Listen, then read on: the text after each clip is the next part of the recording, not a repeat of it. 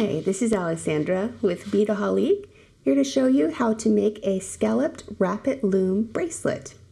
For this project, I'll be using some 1.5mm natural round leather cord, some 3mm Czech fire polish beads, some 10 by 8mm cultured sea glass barrel nuggets in a beautiful teal color, some 5mm crimp covers, TierraCast button, size 4 Griffin silk. I've got a twisted wire needle, a couple of tools, flush cutters, and some fine nose pliers, and then my Wrapit Loom. So here you see I've got a finished bracelet using this technique, and we're going to do a slightly downsized version using some smaller beads. So to get started, I'm going to take my 3 feet of leather cord, string on my button. We do have a full video, several videos on the Wrapit Loom that show you how to assemble and use it in a basic way. So this is a more specific technique on how to incorporate larger beads and create that kind of wave look with the weaving. So I'm just doing an overhand knot that I'm going to tuck up against the base of the button. Got my leather even lengths on each side. And I'm ready to load that on. Just sliding it in. Now for the length of my bracelet, I'm not sure how the pattern is going to fall out with how many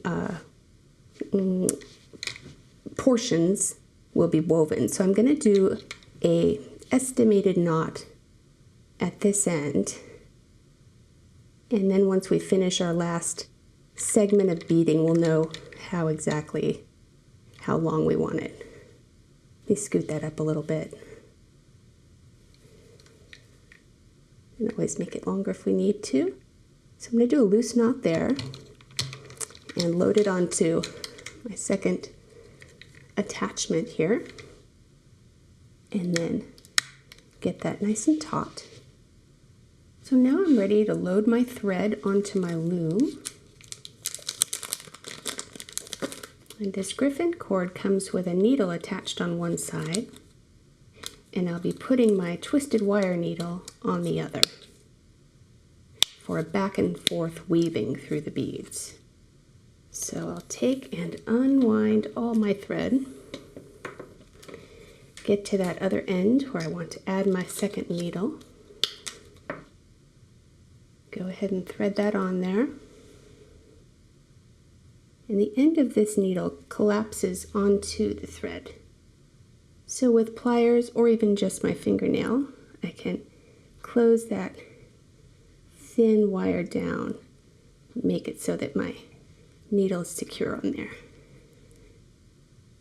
Once I have both ends with needles on, I'm going to load the thread. To do that, I'm going to lay it flat down onto the leather and loop each needle around and through from the underside. Get my other needle and do the same thing on the opposite side. And then make sure that my threads are both the same length coming off each side. And tuck that connection up close toward the button end. Make sure my threads are even here. I'm going to pull them just a little bit more. And now I'm ready to string on my first bead.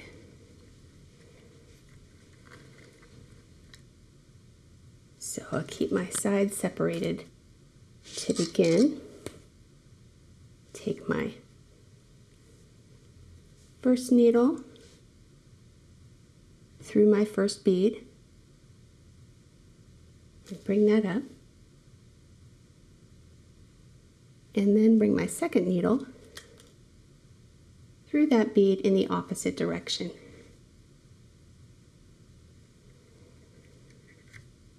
And pull the 2 threads flush. The bead will land in the middle between the 2 leather cords.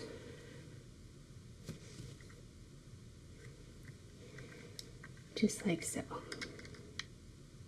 Again, I want to tuck that up close to the button end. Then I'm ready to add my second layer of beads. I'm going to do the same thing where I loop from underneath on one side and loop from underneath on the other side. And add 2 beads this time. I'm going to graduate the size of my pattern. Get those 2 beads on. Bring my other needle through the opposite way.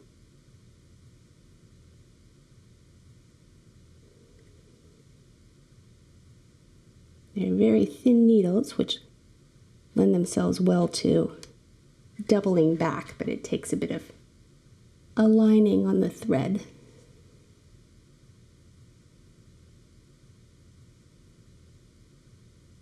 Okay. Now I'll pull the 2 threads flush.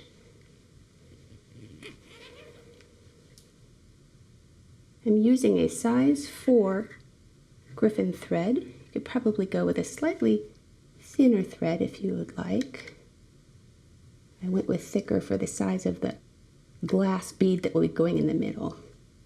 So now I have 2. I'm going to go for 3 beads next. Same process. Looping under and around. And adding on 3 Czech glass beads.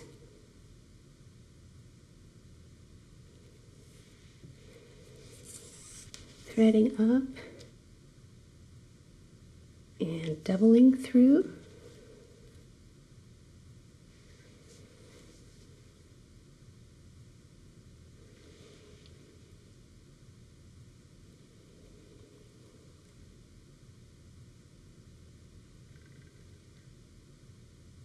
Once I get these on, I'll be ready to add my sea glass. So I'll pull my threads, tuck the beads in, and I've got my graduated Czech glass on the one side. Now I'll add the sea glass, and I'm going to do the reverse on the opposite side.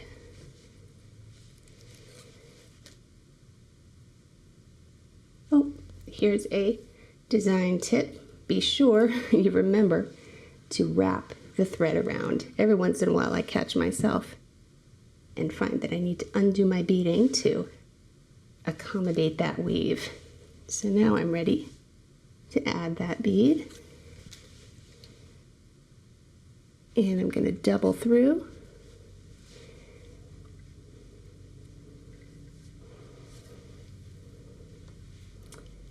Oh, sorry, here, let me try again. Use my other needle to double through and then pull the threads.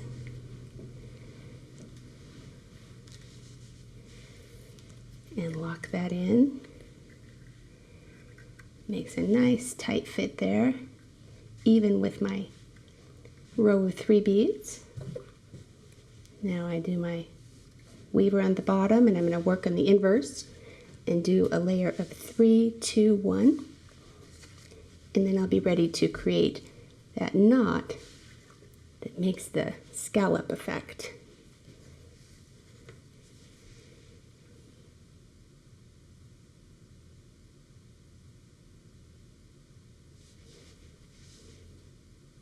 Now instead of threading on, what I could also do is send the needle in the opposite direction while I have it threaded on the first needle. If you find that easier, that could be a good way of troubleshooting a little bit of entanglement, and you still pull them in opposite directions. Just want to be careful you don't create too much wear and tear on the threads as they pass through.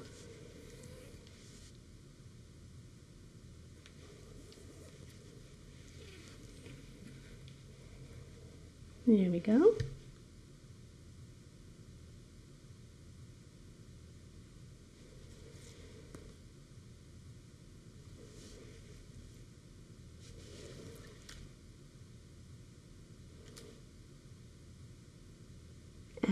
next beads.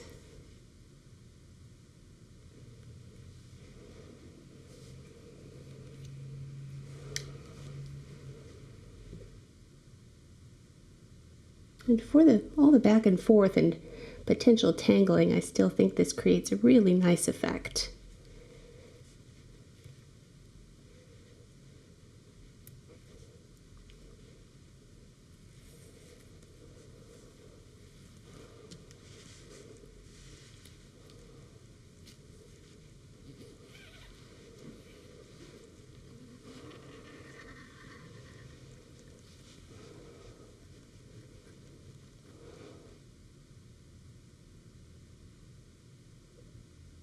So here I'm adding on my last single bead of this section of the pattern.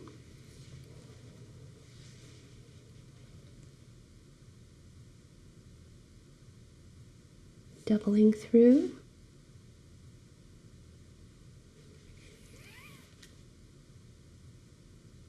Cinching it up. And once that's locked in there, I'll just check my tension, adjust the weave a little bit, and I'm ready to cinch it. So to do that, what I'm going to do is take each of the threads and cross them underneath, create kind of a tight beginning of a connection there. Bring each side across, up and over. I'm going to create a knot on the top, just a single overhand knot like so. To begin, and I check my spacing. I like where that is, so I'm going to do another overhand knot on top of it. It comes undone just a little, but I can tighten that once I'm ready to secure my second one. So before I pull my second knot, I want to secure my first one and tighten like so.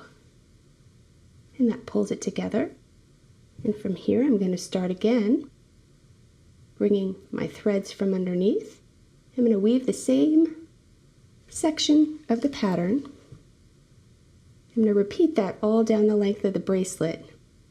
And it's only when I'm done with my desired length of the pattern that I will go back in and add the crimp cover between to cover each knot.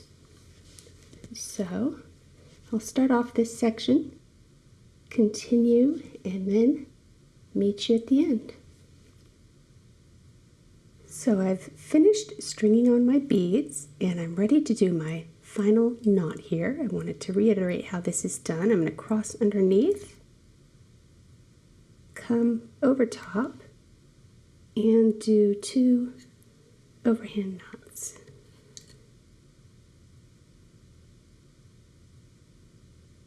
Start with the one, get that in place.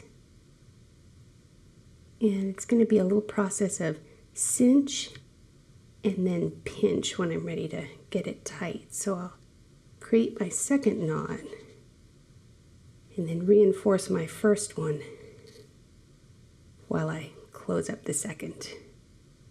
It's a nice tight connection. So that's done. I can clip those cords. Just give a little bit of tail so it feels secure. And go ahead and take my bracelet off the loom. Now I could have added another section of pattern, but I want to take into consideration the inch of length that it adds for the loop of the button clasp. So that's what I'm going to do now, is undo my first knot and create that closure loop for my button just by making a single overhand knot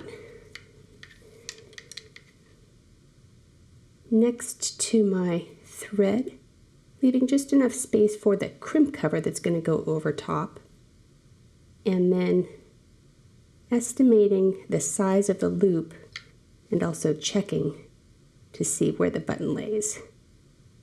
So I'll put that part way through to get the right size for the loop and create another knot.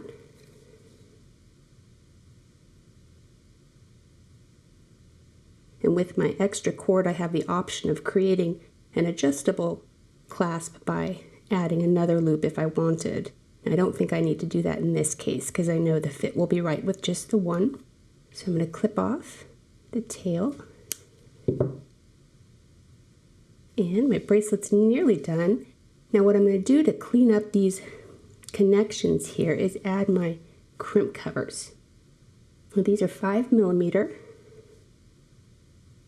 And to demonstrate, I've opened up most of them, and the way that I did that was to take my fine nose pliers, get them into the mouth of the crimp cover, oops, sorry, and then with both hands, give it a little outward squeeze, just to open the mouth of it enough to fit over the leather cord. When I'm ready, I slip it over the top. I'm going to want to decide which is the top of my bracelet so that the seam of the crimp is on the bottom. So I'll slip that on, tuck my leather cord nice and tight in the center, and then gently close it up with my pliers.